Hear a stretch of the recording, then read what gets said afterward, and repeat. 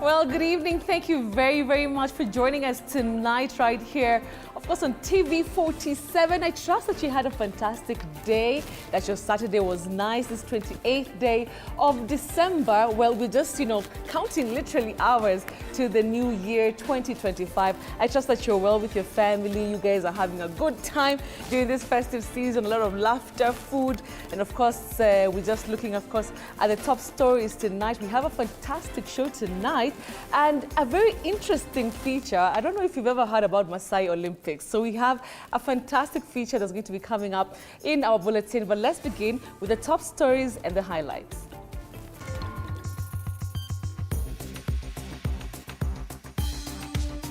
Tonight, chaos erupts at Shamata grounds in Nyandarua County as police use tear gas to disperse crowd during Thanksgiving service attended by former DP Rigathi Gachagua. Maneno ya kuharibu mikutano ni maneno imepitwa na wakati. Abductees reveal grim chambers used by abductors as social media erupts over alarming abduction wave. Also tonight, from lion hunters to conservation warriors, TV47 explores the Maasai's bold move to protect wildlife through the Maasai Olympics.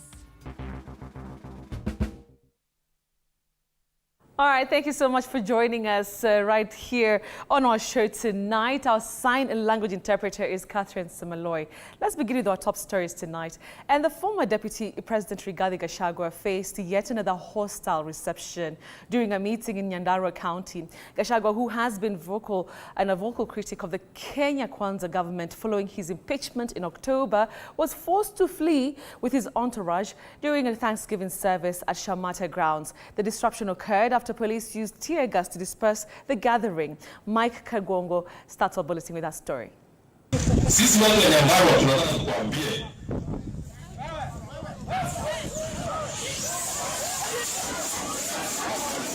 Gachagua at it again, then stand Maki again. At Shamala grounds in Nyandarua County, chaotic scenes erupted in an unfortunate turn of events. Tear gas was thrown at the VIP dais while Nyandarua Senator John Medho was addressing the crowd.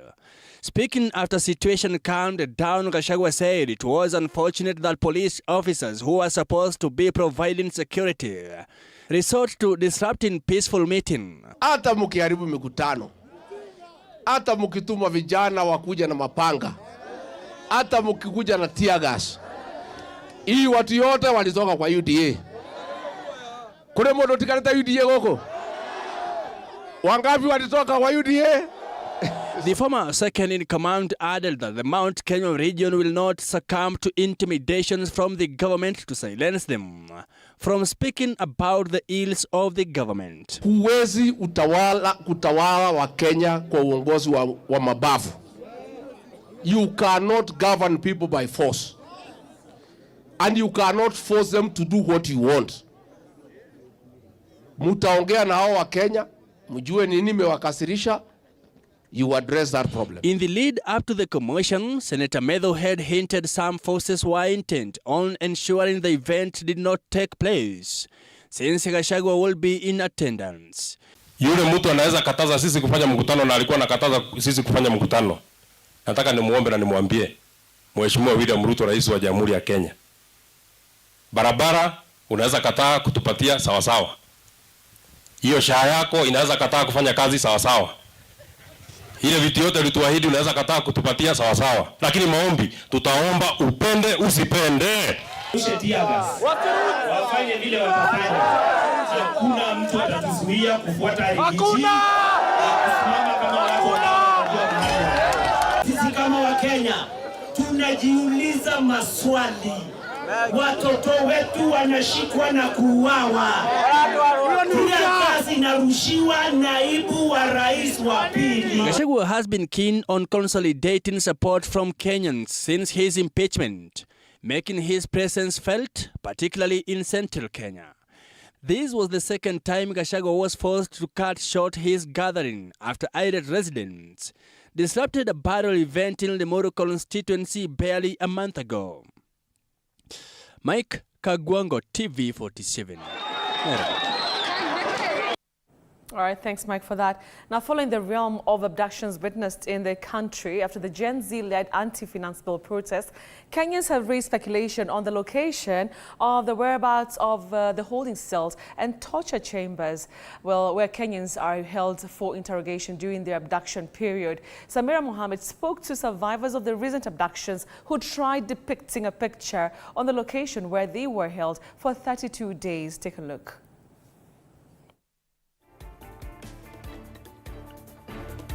Tumeweza kuachiliwa leo usiku wa kuamkia leo sehemu ya Gachagua kwa kichaka. In a narration from survivors of abductions suggests the illegal holding cells and torture chambers are located in an area that has an easy access to either Red Hill Road, Limuru Road and the Northern Bypass in Kiambu County. It's a very posh building, kind of like these buildings that are modern kind of buildings, like for hizi nyumba nazionaga Lavington, hizi kubwa kubwa. Unaona?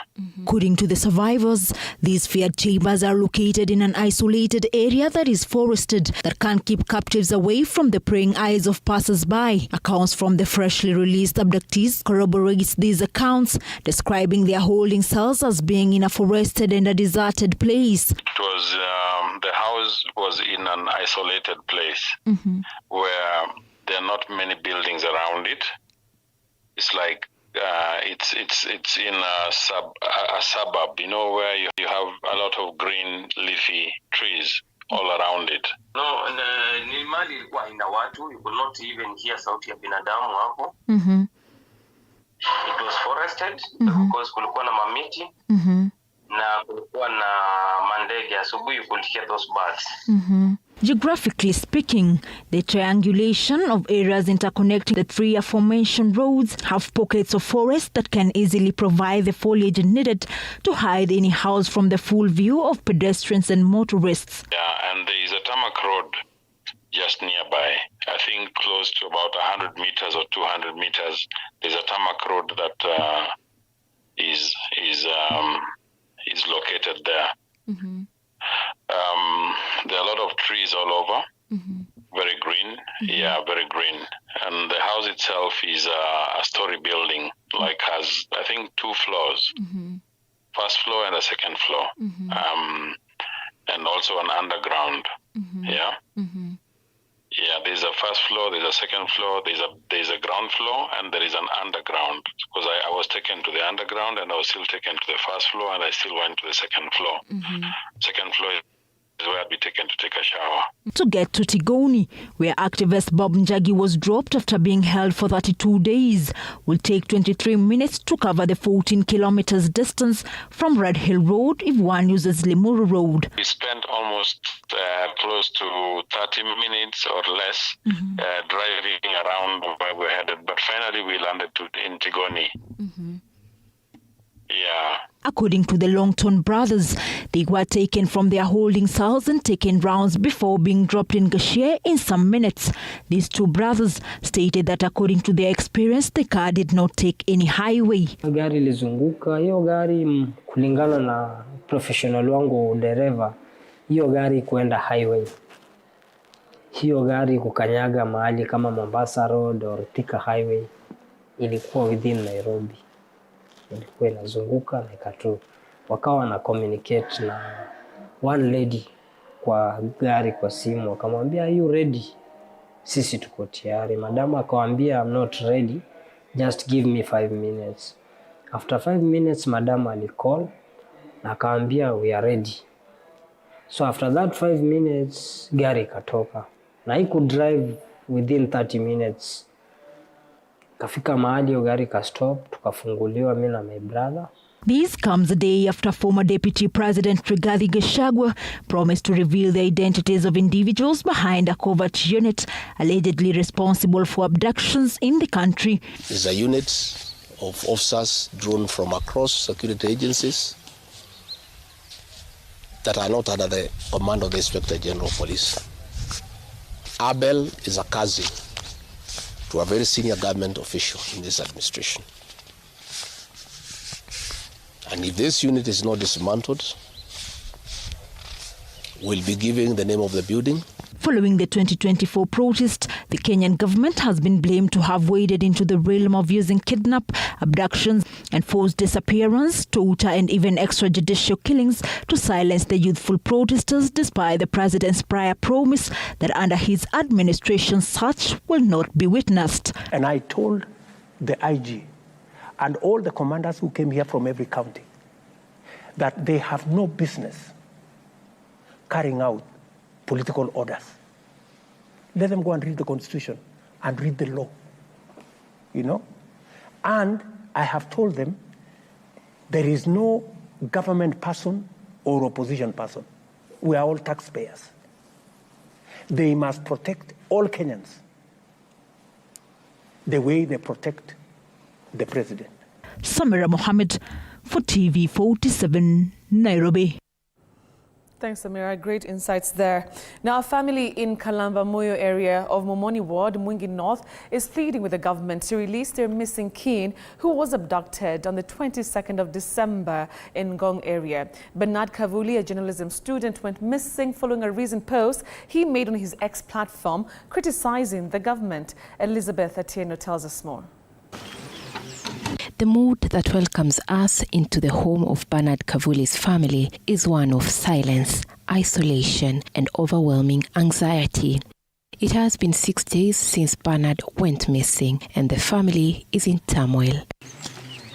Kalimi Kavuli is a mother in despair, not knowing the whereabouts of his son. Kalimi is stacking these pieces of firewood which have not been used for days, this being a clear indication that the distraught family has gone for days without food and sleep. Mtoto wangu apatikane, alelewa salama. Alikuwa nyumbani tarehe 4 tukiwa na family affairs hapa nyumbani, tukamaliza mambo ya nyumbani, tukasherehekea siku yetu kitambo, kwa sababu kila watu wanakaa diaspora. Atunga wote Christmas. Akarudi kufanya mtihani. Akaenda kufanya mtihani yake akamaliza. For now, the only thing that keeps this family going is hope that one day their son will go back home alive and in good health. Na kama mama mzazi tunaomea sana. Na huyo ndio mtoto tunategemea, kwa sababu ndio the only breadwinner kwa hii family. Wakati anamaliza shule alikuwa anakuja kumgraduate mwezi wa 8. Kavuli's father has pleaded with the government to help find their missing son, who was a fourth-year journalism student, the first ever to make it to university in the entire family. Kijana wangu wana karibu namba 7 kuzaliwa kwangu. Na ndio wa pili wa mwisho au kitina mimba mama. Na ndio the only boy mwenye amefika university.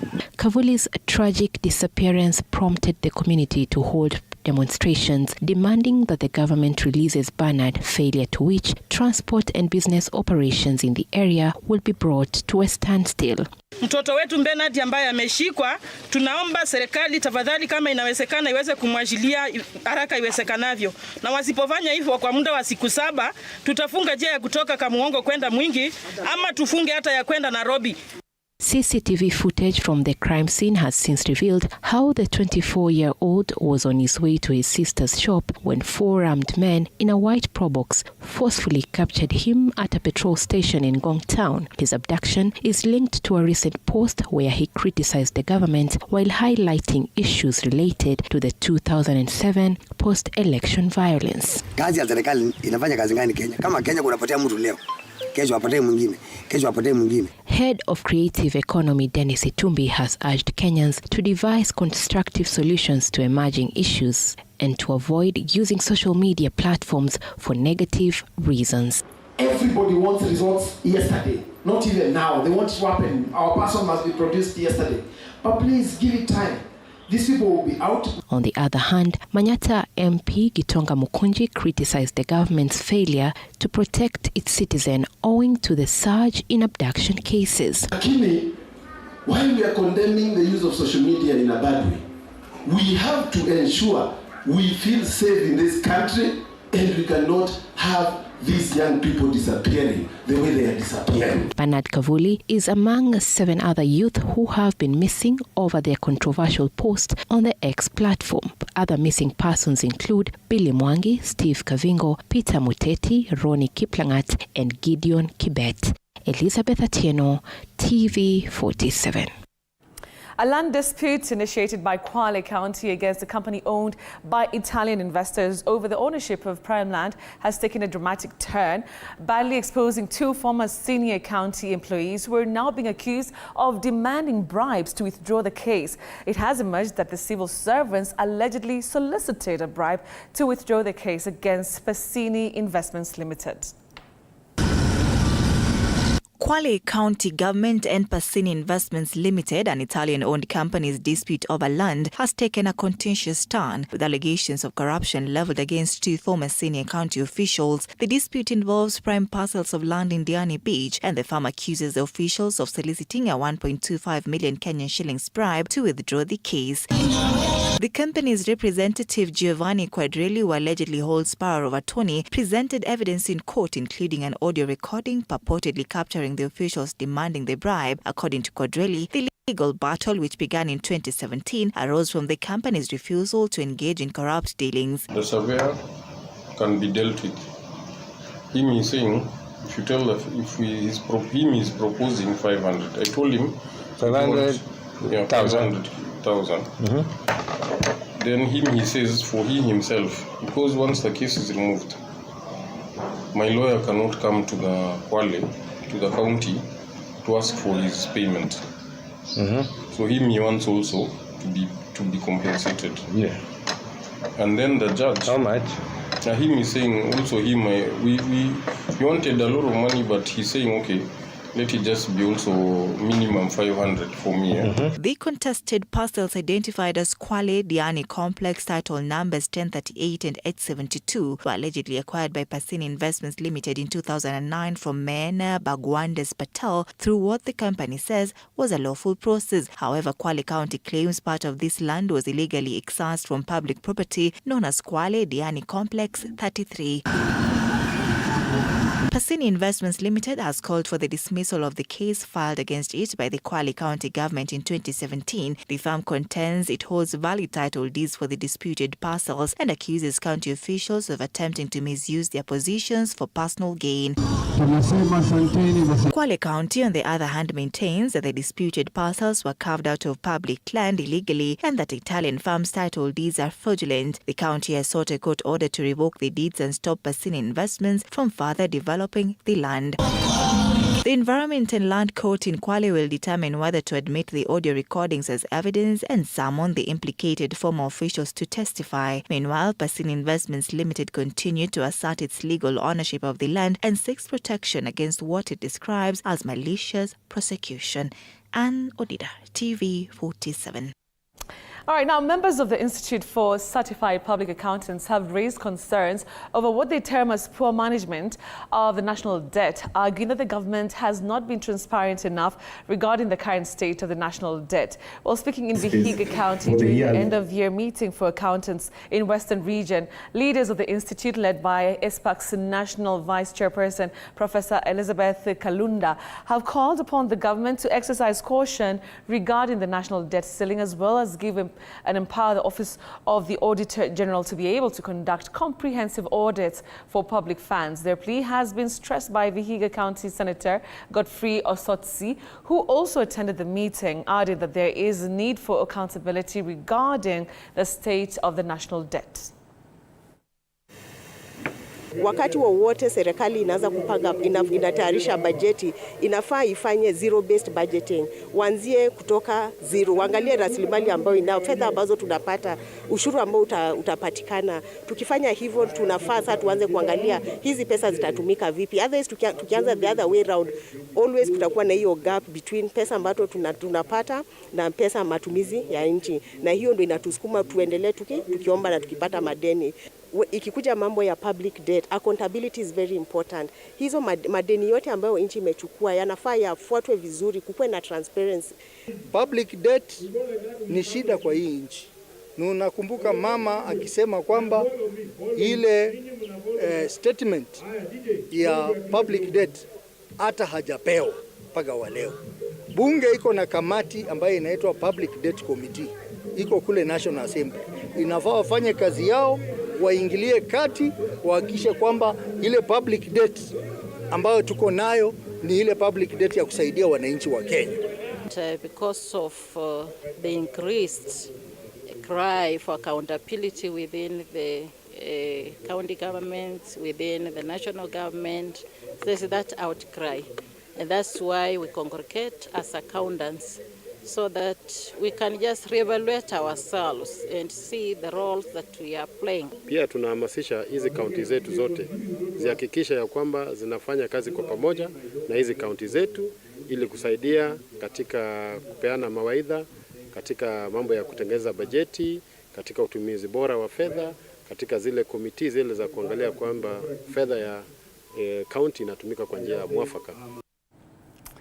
All right, for the Maasai, even the regal lion couldn't prey on their livestock without facing consequences.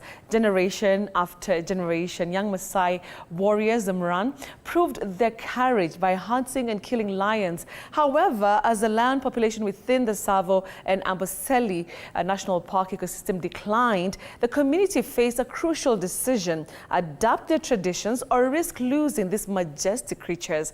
Well, in the following report, Moige William narrates how the Maasai Olympics, which embodies change, blends traditional athletic prowess with a commitment to conservation, ensuring a future where culture and nature thrive together. Take a look.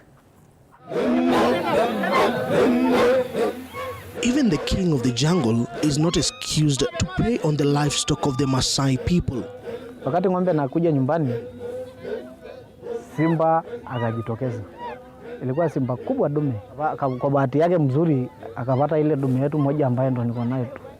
Ndio ilikuwa inategemewa na wale ng'ombe jike kupanda. Ikanikasirisha sana. For generations, young Maasai warriors earned their rite of passage by hunting lions, a practice that symbolized their courage and strength. Mimi nikachukua mkuki wangu, kwa bahati mzuri nikalenga mdomo. Kalenga ndani ya mdomo. Mkuki kaja kutokelezea hapa mgongoni. Hiyo mkuki moja tu akakufa, sikurudishia ya pili. It did not last long. The lion population began to dwindle. Hii landscape yote, hii Amboseli Tsavo ecosystem, tulikuwa na less than 200 lions. Watalii wengi kwa ile ile vile imewekwa ya Big Five. So unakuta wakati wote wageni wanapenda kuona huyu simba. The Maasai faced a crucial decision: adapt their traditions or risk losing these majestic creatures forever within the ecosystem.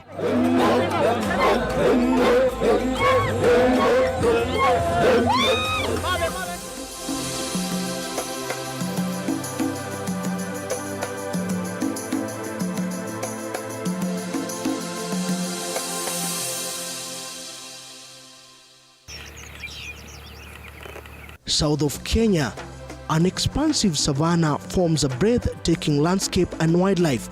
The Amboseli National Park, nestled at the foot of Africa's highest peak, Mount Kilimanjaro. The park, sitting on approximately 392 square kilometers of land, is renowned for its charming scenery, diverse ecosystem, and offers some of the most breathtaking views of Mount Kilimanjaro's snow-capped summit. Amboseli, home to one of Africa's largest elephant populations, also boasts a rich variety of wildlife. Giraffes gracefully move through the acacia trees, their long necks swaying with each step. Zebras and wildebeest graze in the open fields, occasionally accompanied by the elusive cheetah or lion on the prowl. The park is not just about the wildlife and landscapes. It is also deeply intertwined with the Maasai culture. Maasai people, known for their vibrant tradition, inhabit the area around the park. In the early 2000s, the culture almost spelled doom to the tourism sector due to the practice of killing lions. Basi, mimi ananunua mukuki na simbo, nimetengenezea hiyo mrani yangu simbo na rungu na sime na kitu anaitwa ya longo. Anaenda kama simba anaguruma hapa na warani anasikia kwa boma, asubuhi amekuja kutafuta ile simba. 61-year-old Neganya Samanya, a father to 16, is an elder among the Maasai. Samanya shares proudly that in his youthful days, he speared to death 3 lions. Ama ramrani hiyo simba kama hiyo. Ai ni president ile ya warani. Ni president. Kama watu wa Rombe anakuja, watu wa Kaputiei, watu wa Mali, natafuta nani mewa hiyo simba ni huyu. Nani mewa. Kila mtu anataka kuona ile mwenye simba. Ile kijiji wote. Ile msijana wote. Ama nakuja ni yangu yote. Now a Moran chief, 32-year-old Joseph Toret, was the only one among his age group to earn the title Lamayani, a Moran who killed a lion after spearing to death a lion that attacked his father's herd of cattle while grazing in the Tsavo National Park. Sasa huyu simba kanikasirisha sana. Alirukia yule dume akaangusha, akaua, akapasua tumbo. Kwa hiyo nikaipatia tu, maana nishaona tu dume haitapona. Nikasema wacha kulikula shibe. Maana hata simba bahati mbaya akanikimbilia. Aliponikimbilia sasa imebidi, manake itabidi sasa tupigane. Kabidi mimi nikachukua mkuki wangu, kwa bahati mzuri nikalenga mdomo. Kalenga ndani ya mdomo. Mkuki ikaja kutokelezea hapa mgongoni. Hiyo mkuki moja tu akakufa. Sikurudishia ya pili. In the Maasai culture, a Moran is a young warrior aged between 15 and 35 who has undergone initiation rites. This period involves living in separate villages, honing skills like herding. Kazi ya warani moja, sisi ni wanajeshi. Kwa hiyo ikisemekana tukio limetokea, tuko tayari kwa udi na uvimba kwa kila namna. So security. Ya pili, sisi warani kama ng'ombe ikihamishwa, ipelekwe mapori, ipelekwe wapi, sisi ndo tunafuata. Maana kina baba zetu hawawezani kufuata. Tumepeleka ng'ombe mpaka Mombasa. Mimi nikiwa hapa. Nimeenda na ng'ombe, nikapita Park Tsavo, nikaenda wakati wa kiangazi wa 2009, tukaenda mpaka Mombasa. Tumeenda sehemu inaitwa Ukunda, mimi nimechunga, nikarudisha ng'ombe, lakini wakati hiyo ng'ombe ilikuwa imekufa sana, lakini nikarejesha tu ile kidogo yenye imerudi. It did not take long before this vice revealed its effects to the Maasai community living within the park. The tourist vehicles touring the area will begin to dwindle. Between 1996 to 2006 within the Tsavo, Amboseli National Parks, in a report titled The Silent Savannas by International Wildlife indicate close to 50 lions had been killed. Wakati wote wageni wanapenda kuona huyu simba. Kwa sababu ni kama mandhari yake ama ile kitendo anafanyanga na vile anatembea, kwa sababu vile wanasema ni king of the animals. Wanaona sasa wakuje waone akiwa live, si kuona kwa television. Wanataka kuona ikiwa live ikitembea ndani ya maparks. Kuna wakati ambaye Amboseli ilitangazwa hakuna simba kabisa. Hakuna mgeni anataka kuja Amboseli. Na tukaona kwamba Amboseli ikikosa wageni, si Wamasai wote wale wanategemea mambo ya tourism watakosa mapato, na ilikuwa imeajiri watu zaidi ya 1200 kwa wakati huo. The report further details this was not the first wave of threat to the lion species within the ecosystem. In the early 1990s, local youth killed off the entire Amboseli lion population, raising fears that the national park will have no lions if immediate intervention was not taken. One of the interventions was civic education, bringing together the Morans through Olympics dubbed the Maasai Olympics. Kwa hiyo ilibidi tuhakikishe kwamba tumeokoa hao simba, kwa sababu hao simba ndio wanaleta wageni. Hiyo mimi wakati hiyo nimeua hiyo simba, sijapata, hakuna kitu nimepata. Nimeenda tu kunyang'anya kiumbe ya Mungu roho bure na sijapata chochote. Maana sijapata basari, sijapata nini, hakuna chenye nimepata na hakuna mali nimeongeza kwa hiyo boma. The Maasai Olympics, part of a larger conservation effort, is organized biannually, where athletes not only compete in traditional events like spear throwing and high jump, but also short distance races. The olden time, Maasai Moran used to kill a lion to be seen like you are a man. But now, as Maasai have engaged themselves into conservation, a lot has been changed. In the past, you have to kill a lion to be seen that you're a man, but in these days now, you have to have a degree, a PhD, to be seen as a man. By embracing conservation and sustainable practices, the Maasai people are ensuring a future for both them and the wildlife they share their land with. Events like this, as well as continued support from lots of the big players, the NGOs in this environment, but also government partners and KWS, allows people to see that there's a future where coexistence is possible. I know it feels like probably not there yet, and it will be some time before we get there, but I hope with everyone collaborating, you can see that there's a future where you can coexist. Mimi saa hii, mimi nikiwa hapa, mimi ni mwalimu wa Warani. Na ni Warani watakao kuja na wengine, endapo Mungu atanivutisha. Haina maana kuua simba kwa sababu tunaona ni mali yetu na ni mali inayotufanikisha. Hata saa hii simba ni nyingi. Mimi saa ingine naenda kutembea naona imesaliwa. Hiyo hata ukitembea kama kwa sababu ni wako kwa kichaka, ukiwa na bahati utawakuta tu, hata kwa barabara ya parks unaweza wakuta tu wakikaa. The incorporation of the society in protecting the lion is bearing fruits. A decade plus later, and the number of lions has increased. More lions, more tourists. More tourists, a joy to the community. Mwige William for TV47, Amboseli, Kajiado.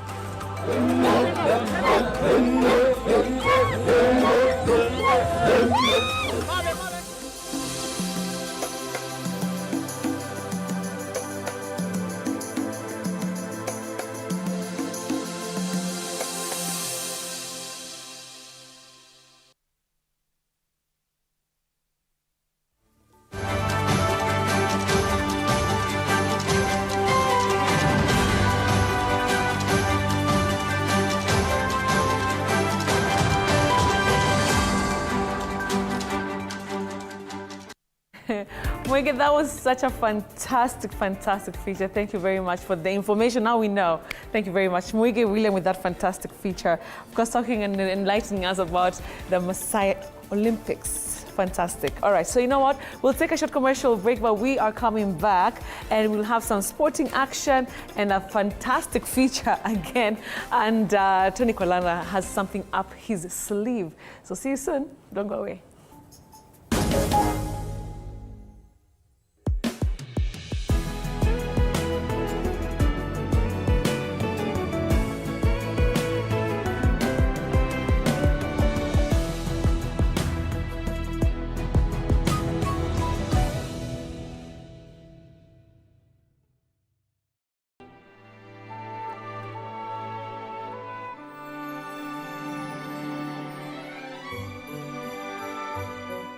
This December, learn about safety precautions to take into consideration this season. If you can remember, if you drive on a motorcycle often, to make sure that you have a helmet, it's key to decreasing the severity of the accidents. If you are passing in a bus from Kakamega to Mombasa, in between, just stand up, stretch your legs, and even when you are seated, keep pumping your feet, keep moving your feet to avoid that long stasis of blood in the veins. Healthier options for you to maintain a balanced lifestyle amid the holiday hustle. Eating healthy really doesn't mean that you have to deprive yourself, but we really just have to factor on how to strike a balance. Portion control and moderation are very key. Let us enjoy the season, and at the same time, let us try to watch our health and our well-being. Happy holidays.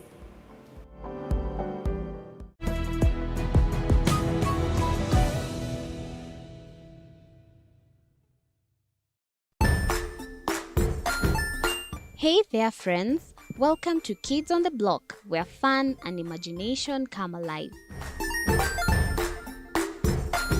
We dive into magical world filled with exciting adventures and awesome friends. What position were you in? I was number 2. What position were you? Number 1. He decided to cross the bridge by his house and look for food on the other side. We're going to do half cup of chocolate chips, and the other one, we're going to do half cup of the blueberries. So, Grab your imagination hats and get ready to explore with us. Join us every Saturday at 9 a.m. for new friends, amazing stories, and tons of laughter.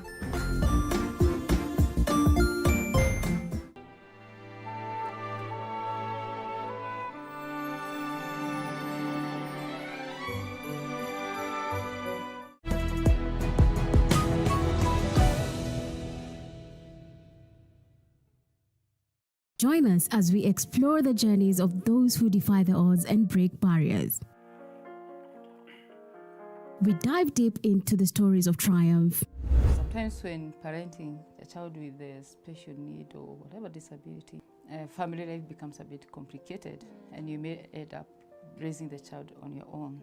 Here, we inspire. I have a farm which one we showcase with other dyslexic youths and autism how to farm. Motivate. It's never easy, but what we do, the best thing is to work with another parent who has an elder child than yours. And break through the barriers one story at a time. Push your boundaries beyond the limit. Saturdays at 8 p.m.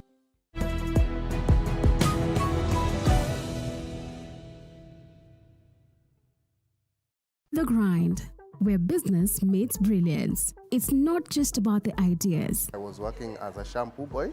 I used to wash clients' hair on the sink. It's about making them happen. From big wins. In primary school, when we would be asked what people want to be, I was categorical that I want to be a nurse. To hard lessons. The consoles change, the gaming equipment keep changing. We cover it all. Tune in to The Grind, where every episode is packed with insights. The person who is serving customers, always be a customer-centric. Strategies. When you pay attention to detail, you get luxury items. And stories to fuel your ambition. Don't just dream it, grind it. Mondays at 7:30 p.m.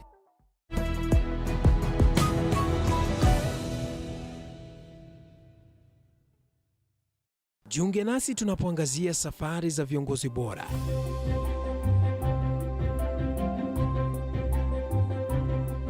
Kutoka kwa ushindi mkubwa hadi masomo magumu. Wakati wetu kwamba wasichana si wa kusoma, ni wa kuolewa, ng'ombe ipatikane, wazazi wakuwe watajiri. Tunashughulikia yote. I wish I were a better investor.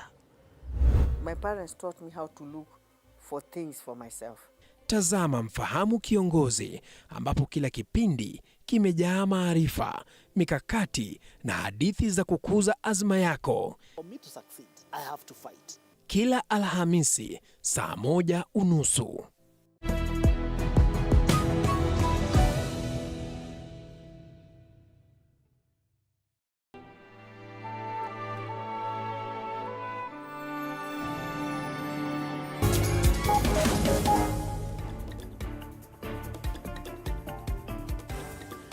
And welcome back. Thank you very much for staying with us. And if you're watching or joining us, karibu sana.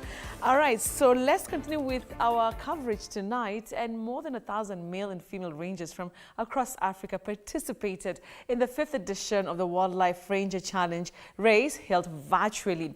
18 countries took part in the 21-kilometer competition held in protected areas in Kenya. The race was held at Lewa Wildlife Conservancy in Isiolo County last September.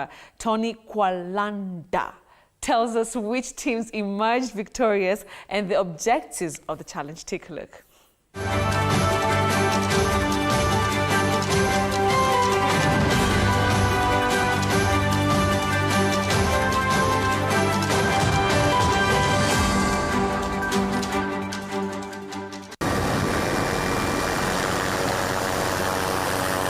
Kenya was part of the 18 countries which virtually took part in the 5th edition of the Wildlife Ranger Challenge in September. 17 local men's and women's teams drawn from across the country converged at the Lewa Wildlife Conservancy in Isiolo County to compete in the annual 21-kilometer race. Organized by Tusk and Game Rangers Association of Africa, ranger teams took part in a series of fitness events which culminated in the half marathon held in September. Kenya is home to the big five and a lot of endangered species such as elephants and rhinos. So the biggest challenge rangers face here is dealing with high rates of poaching, although they've worked very hard and brought this to manageable levels. So I would say that's the unique challenge in Kenya and places like Southern Africa. However, in terms of, just difficult living conditions, they share this challenge with other rangers across Africa. So this is more so even to create solidarity and to make them feel that they are not alone in the work they're doing. The male teams carried backpacks weighing 21 kilograms. Yes,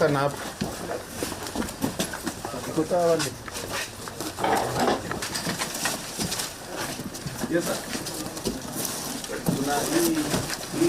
Social media one day.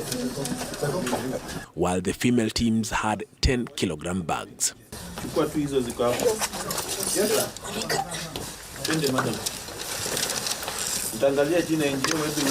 We've had women ranger teams participating across Africa, Southern Africa most especially, but this year at the Lewa regional race we had 2 female ranger teams, and it's to show that women can just be as good rangers as men, and they often are, and they work in the field, so we want to keep increasing their representation and the support for them to take part. Come on, go!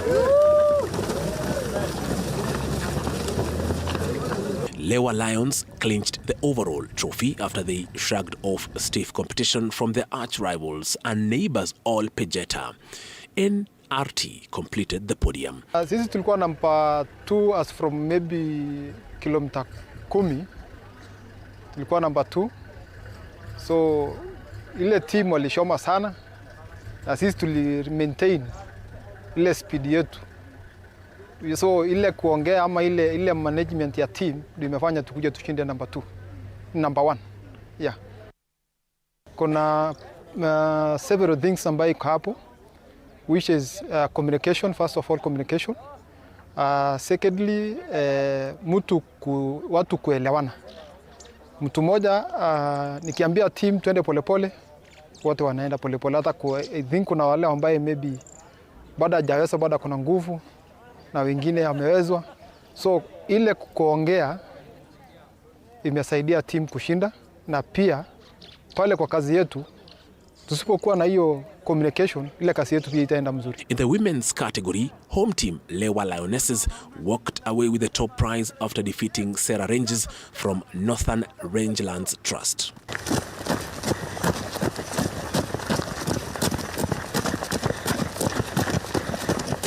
For us, the race was a bit challenging, but we earned an advantage being our home ground. And so far, we also knew the route that we are taking. But basically, teamwork was the key thing. And also, we have been doing trainings for the last 3 months. And sure enough, we also started doing the actual carrying the load and also going through the entire route. So far, coming in the morning, we earned a bit of butterflies, but our main goal was to win. This is our home ground. We needed that cup to remain here at Lewa. So coming to the actual race, what really inspired us to win, we earned a really good teamwork, whereby we could just talk between ourselves, get to know everyone's strengths and weaknesses, and also push the way forward. For a ranger, we need to be fit, and also usually we say for a ranger, you need to have 7 common senses.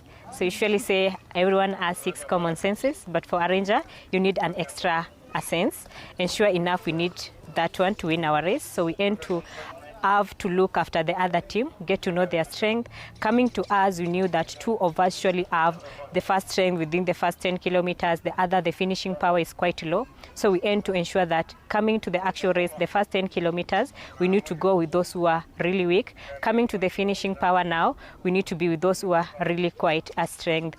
And now coming to our actual job, still needs us to be physically fit and ensure that you are up to date on our daily task as a ranger.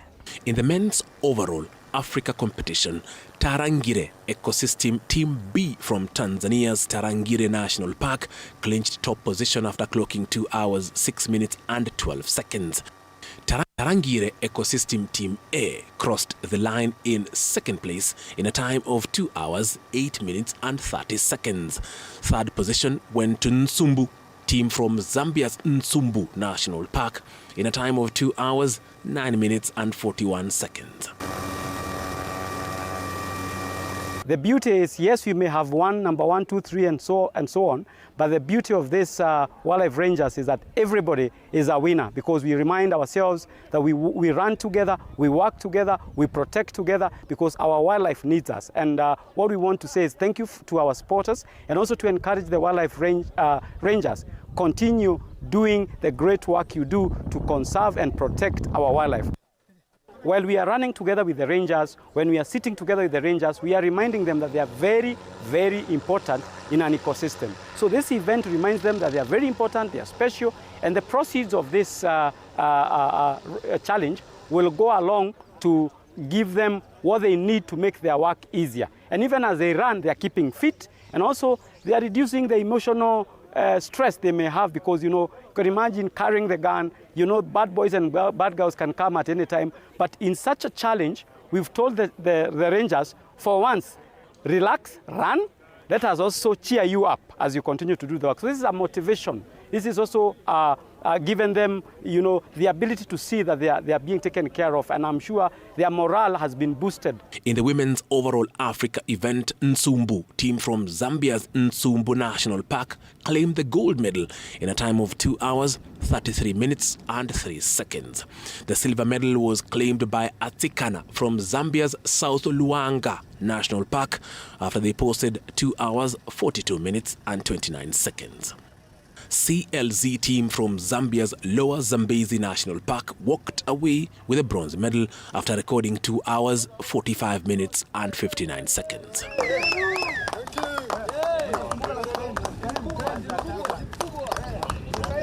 This challenge was started in 2020 to address this problem and to, support the very critical work they do.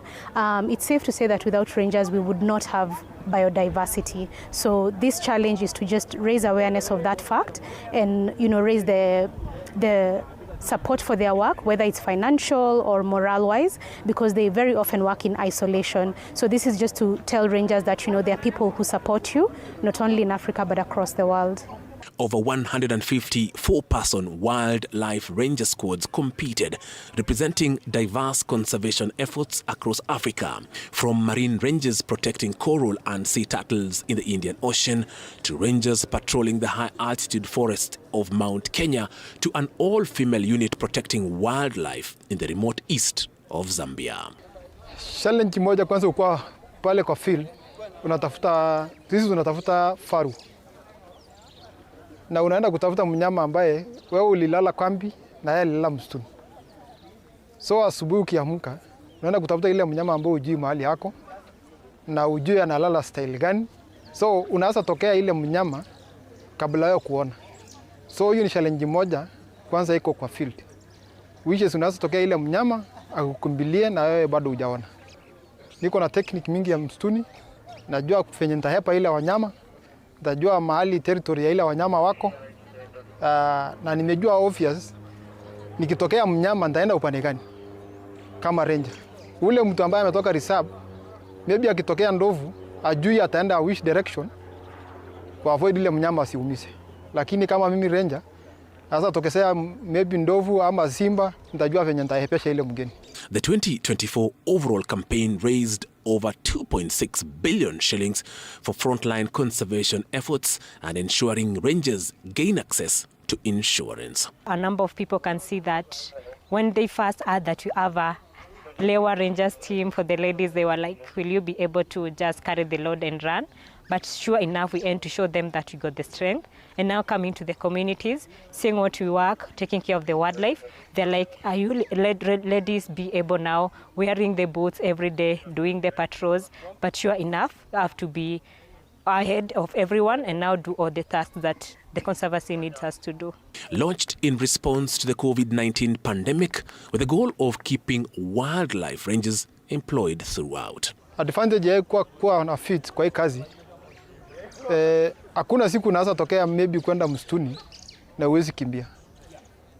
Unaweza tokea maybe nyoka, unaweza tokezea ndovu. So kama hujakuwa fit, unaweza stuka na uanguka hapo na ile mnyama kukute pale. So kuwa fit ni kitu muhimu sana kwa Rangers team. African countries which participated include Kenya, Uganda, Tanzania, Rwanda, Mozambique, Botswana, Madagascar, Zimbabwe, South Africa, Nigeria, Ivory Coast, and Zambia. Tony Kwalanda, TV47 Sport.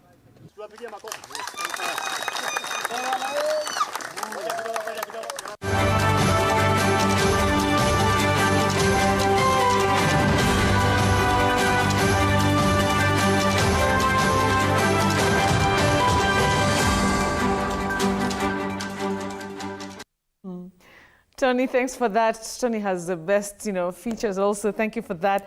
And so we just have some new updates. And President William Ruto has appointed acting cabinet secretaries to oversee vacant ministerial portfolios following recent cabinet changes. Well, these appointments are effective until parliamentary approval and the appointment of new nominees. Prime Cabinet Secretary Musalia Mudavadi will temporarily oversee the Ministry of Information, Communications and Digital Economy, while Environment Cabinet Secretary Aden Duale takes on the Ministry of Agriculture and Livestock Development. Sports Cabinet Secretary Salim Vuria will assume responsibilities for the Ministry of Investments, Trade and Industry.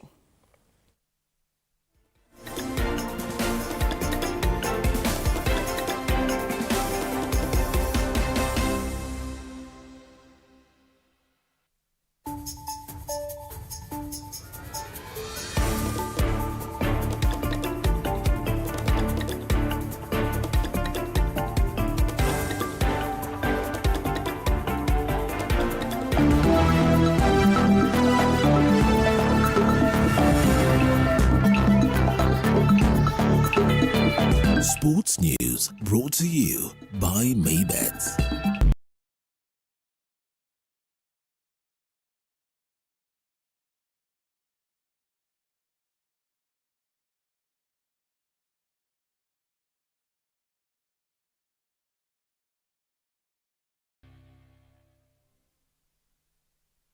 All right, off to some sporting action. Defending champions Blue Club have progressed to the semi-final of the SC Akida Foundation tournament, where they will face Ubuntu after edging out Jupiter Youth 3-1 on post-match penalties in a tough quarter-final match played in Mukoro Roshoni, Kilifi County on Friday.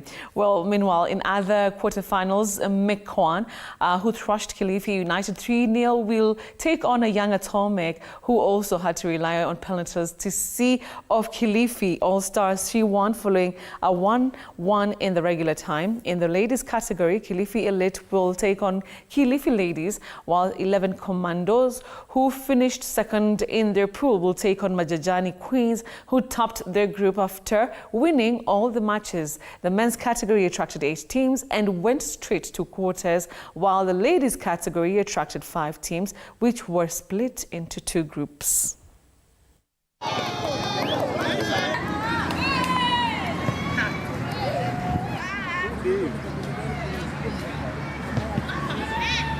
Possibility kubwa sana kuingia semis kesho, finals kesho, tukiingia finals. Hiyo nayo pia I think so kuna possibility kubwa sana, kwa sababu game yenyewe wenye tumecheza nao it's like wachezaji kiasi tu wametense, ndio maana tukawa hivi, but tukawa position 2, but yani ukiangalia tu hivi tuna manage kuingia finals. Inspiration ya kufanya hii tournament imetokana na kwa sababu for the longest sijakuwa naona such things happening in my community, and of course growing up nimecheza bila tournament. Grow up tu naweza cheza mpira, lakini I've never participated in tournaments, in leagues, but I still manage. But again, I know how important that is to have such activities, because this is where we nurture and mold the young talents to get to reach and play in the better level. Pia naona ina self jana na inatukibisi. Okay, moving on. Ghana's moved up to the second place in the English Premier League, 6 points.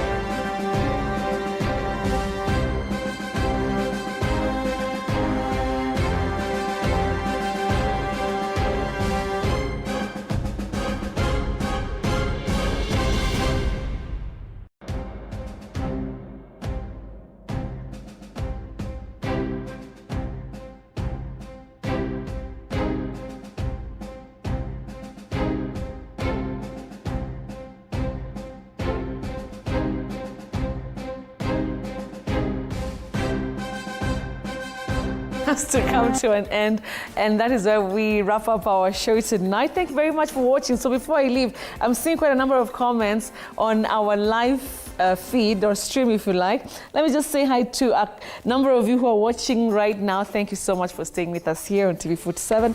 Okay, Andrew To, Nakuona Nakucheki, you're saying you're tuned in from Kwale. Uko ni wapi uko? All right, Henry Mwemvu tuning in from Banana. At least upon a jua tuni hapa tu chini. And then we have Ken Kirui. Say hi to Betty Kyallo. Nimesalimika. Thank you very much for watching. I appreciate you. Dennis Moranga, you're saying you are watching from Kibera High Rise. You're watching live. Umeka po very many eyes. Nakuelewa. All right, we also have Scarface, you're saying you're tuning in from Nakuru. Thank you. Ellie Nixie, you're saying you're tuning from Ruiru. We really appreciate everybody who's tuned in tonight. And you know what? And I just want to allow you guys to have a fantastic weekend. Also, I'll start my weekend from today. But of course, be safe, be kind, and as you have fun, be safe on the roads. Don't drink and drive. Don't drink and drive. Don't do anything that I wouldn't do. But be safe. And God bless you from us here at the studios. We say thank you very much from my producer, Terry. I see you, Emmanuel, of course, my director, and Mumani, he's behind the camera. Thank you very much for watching. And of course, our son language, Catherine Simaloy. We appreciate you guys. See you again very soon. All right? Goodbye.